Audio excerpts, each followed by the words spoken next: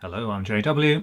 This time we have an older piece of equipment to look at, and this one is actually a timer, and it's the sort of thing you would use to turn your light on and off automatically, so it gives the illusion of you being at home when of course you're actually far away.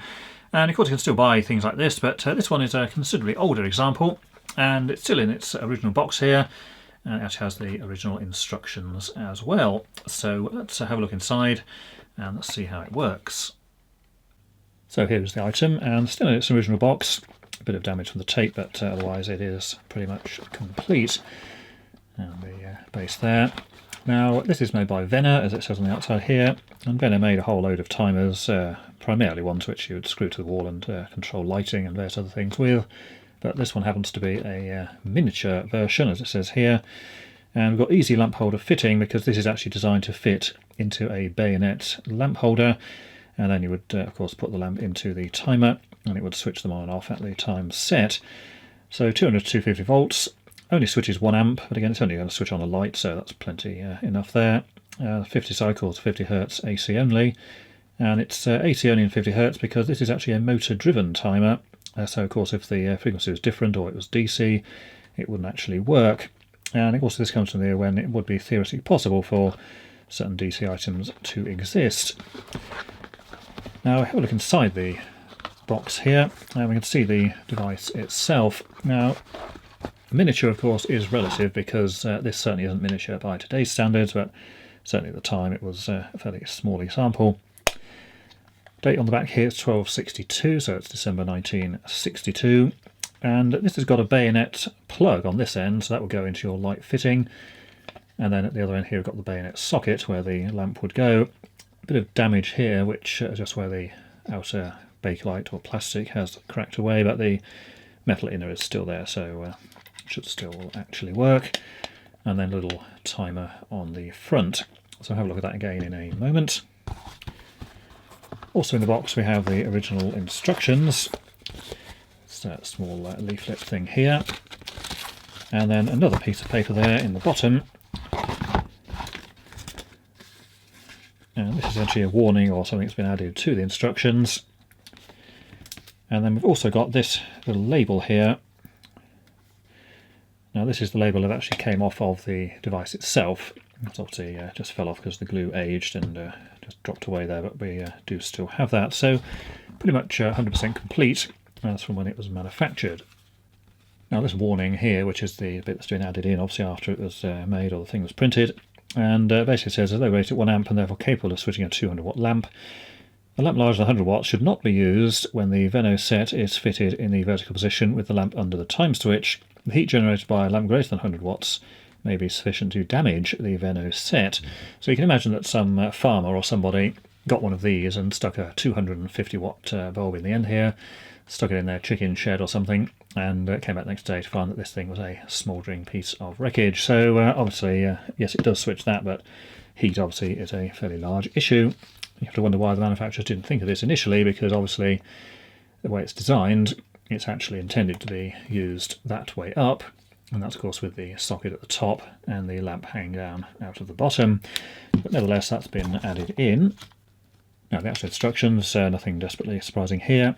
It says here bayonet fitting 1 amp, and you could also get a plug-in version which was 2 amps, but it just had a normal 13 amp plug or something on the edge of it, or the 3-pin style as used in the UK. And operation is fairly straightforward, and nothing particularly unsurprising in there.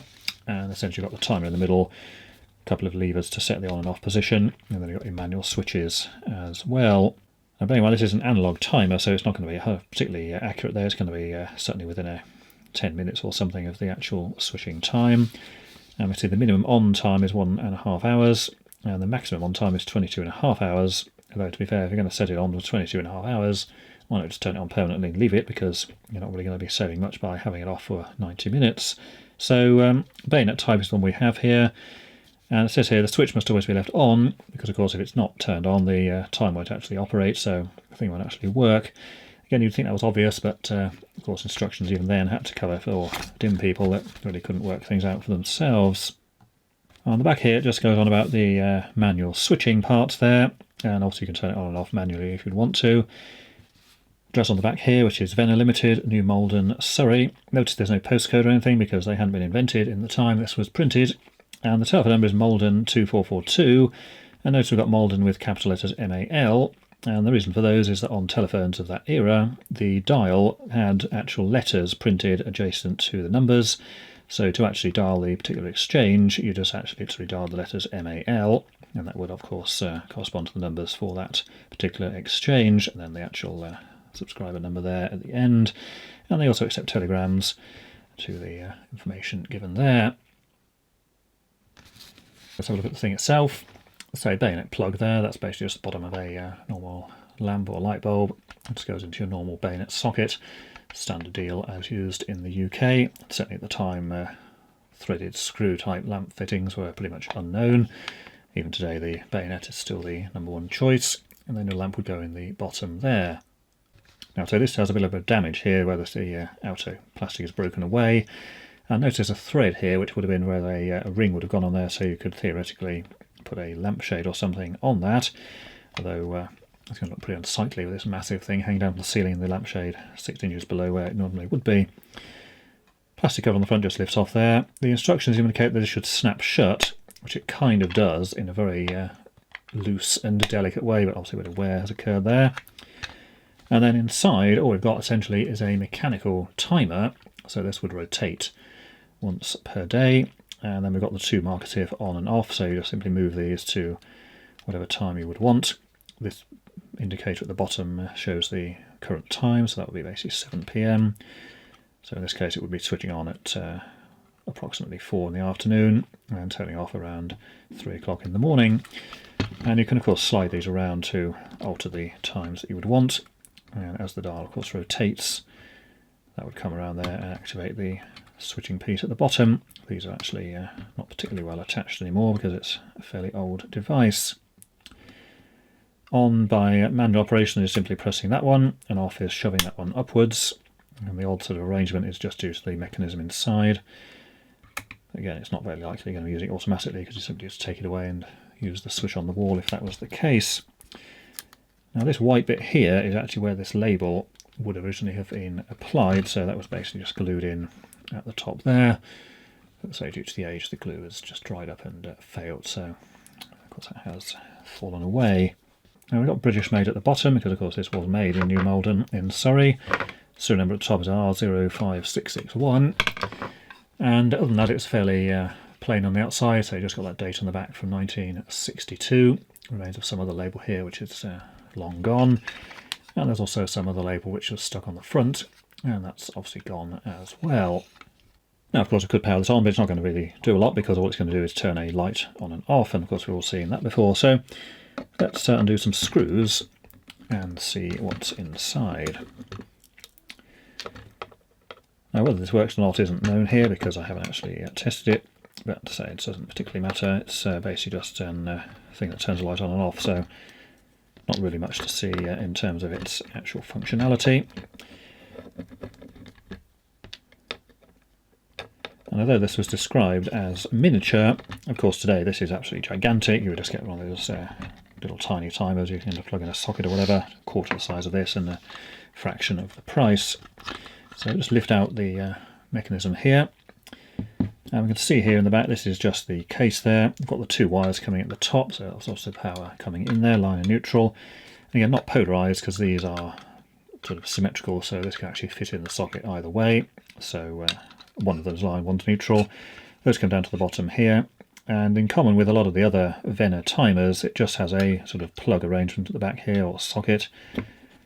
So the actual thing here is just a sort of a card edge type of arrangement that just actually shoves into those to make connections with it. And then we've also got, of course, the wires going through to the bottom, coming out on the socket here. Now there's only 3 connections to the actual timer itself, and these are going to be line in, neutral and line out. So it's only switching in the line, and the neutral, or one of the conductors at least, will simply pass straight through. And that could be the neutral or it could be the line, depending on how this was actually installed in the ceiling or lamp fixture.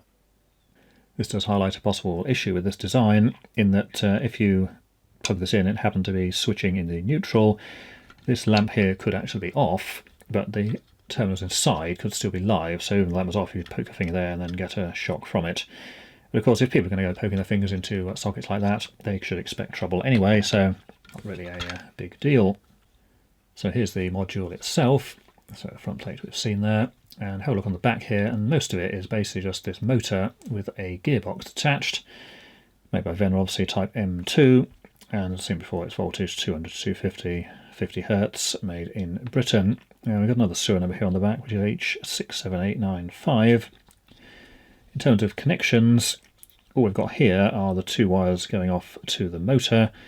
So one just goes onto the centre pin there, and then we've got one going over to there. So those two are the permanent incoming supply, say line and neutral, whichever way around it happens to be.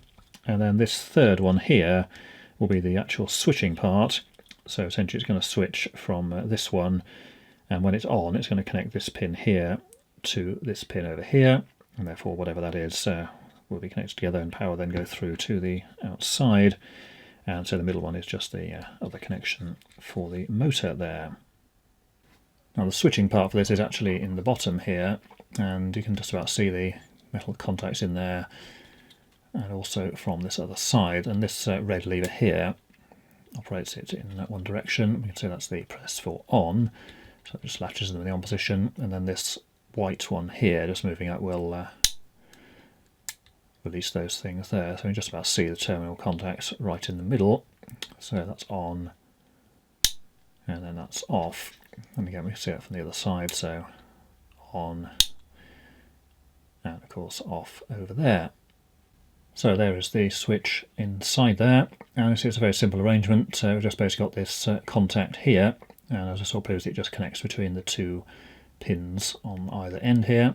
So this is in the off position, just see that small gap between the two contacts there, and then when this is pressed down, it will just snap over to the on position. So this basically just latches down onto the plate on the front, and then the white one of course just releases that, so it just clicks between the two.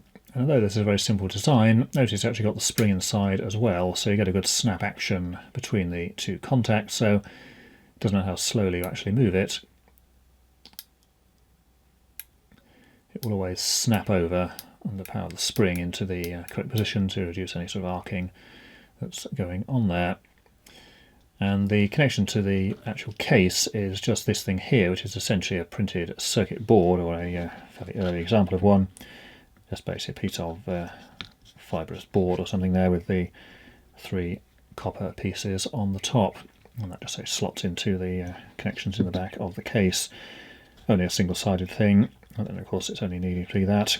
And although these won't deal with pretty much any current, bearing in mind it's only switching up to 1 amp anyhow, and of course in most cases it's going to be like a 100-watt lamp or something, so even less than half an amp.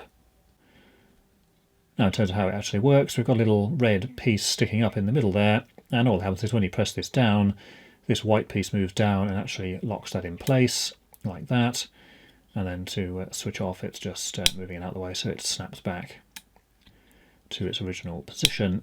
So nothing particularly surprising in there. And then of course the actual timed parts here do pretty much the same thing. So the red one is going to come around and press down that little red peg in the middle, which is going to be the same as pressing that down. It's just pressing on the piece in the middle. Again, that latches in place. And then the white one, of course, will just move around and just nudge this one upwards. And again, that just releases the pin in the middle. So it is literally just two bits of plastic, either brushing over that one, and you can see that red one's got a longer section underneath to work onto that one, and again the white one here, which will just come around and say nudge the little peg up to switch off. And in terms of the actual rest of this is basically just going to be the electric motor and a gear reduction set, so it changes it down from the original speed down to 1 revolution per day. And we can see on the back here, just remove the little back plate, I've just got the two wires here going in to power the motor. You can see this is the back of the motor casing here, the various slots in, and then the gear set will just be in the front of this, eventually coming through onto the drive shaft on the front. Now I'm not going to take the gear set apart because that will basically involve dismantling the whole thing, and all the cogs and bits will fall out, and then it will be impossible to put it back together. But Quite a nicely made device, and most of the Vena things were actually decent quality, and they were certainly designed to be used and of course switched on 24 hours a day. This is just basically a smaller, more miniature version of them. So that's the Venosette electric timer, and a fairly limited product even back in the 1960s, because this was obviously intended to be used in a ceiling fixture. So fixture there, and then the lamp hanging out the bottom, as the thing itself is of course that way up. But if you wanted to use this in a side lamp or table lamp, then you certainly could by putting it upside down. But in reality, you're not going to be bothering with that, because this would be far too long and stick out the top of the shade. And in any case, you could just go and buy one of those ones that plugs in the wall outlet and plug the item into that, which is going to be far more available and probably cheaper, even when these sort of things were being manufactured. So a fairly limited use product, and probably wasn't all that successful. It's more a case of can it actually be made in this size, and the answer is, well, yes it can, but doubtful it was a major success. So that's it for this time, and until next time, thanks for watching.